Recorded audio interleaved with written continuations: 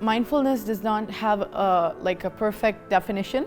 Mindfulness is like everything which makes a person calm. At the beginning, mindfulness for me was like, oh, this is nonsense. You know, like, this is so hard, it just doesn't work. Let's just live the day-to-day, how we live it. That's the best way we can do it. And I guess because one grows older, one grows wiser, you start looking for moments of this calming down, of this time to just get to know yourself.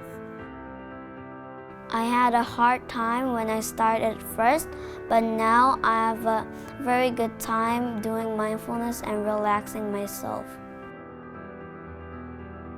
We live in a fast-paced world, and there's a lot of noise, actual noise, visual noise, lots of stimuli, and lots of demands on our time and our attention. And I see mindfulness practice as a way to slow ourselves down in a fast world and really take time to be present with what's happening with ourselves, with our own emotions and our own senses, and also with our environment.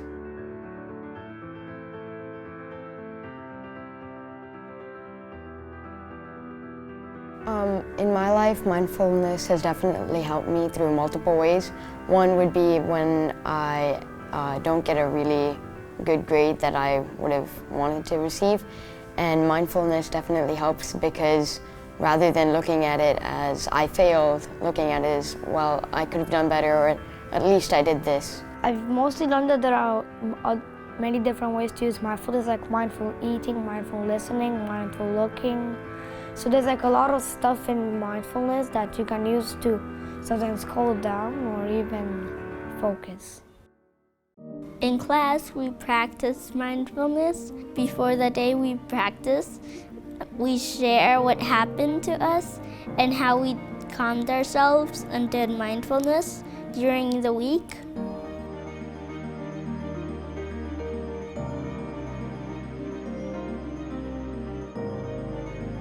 Mindfulness practice looks different across age groups. In the ES, it might look like part of morning circle. It might look like the counselor coming in and doing mindfulness practice with students as a class. In the middle school, it might look like advisories practicing. In the high school, in the health classes, and in our freshman seminars, we're practicing mindfulness on a regular basis. So it might look like walking into a room full of students lying down on the floor doing a body scan and noticing what's coming up for them in that.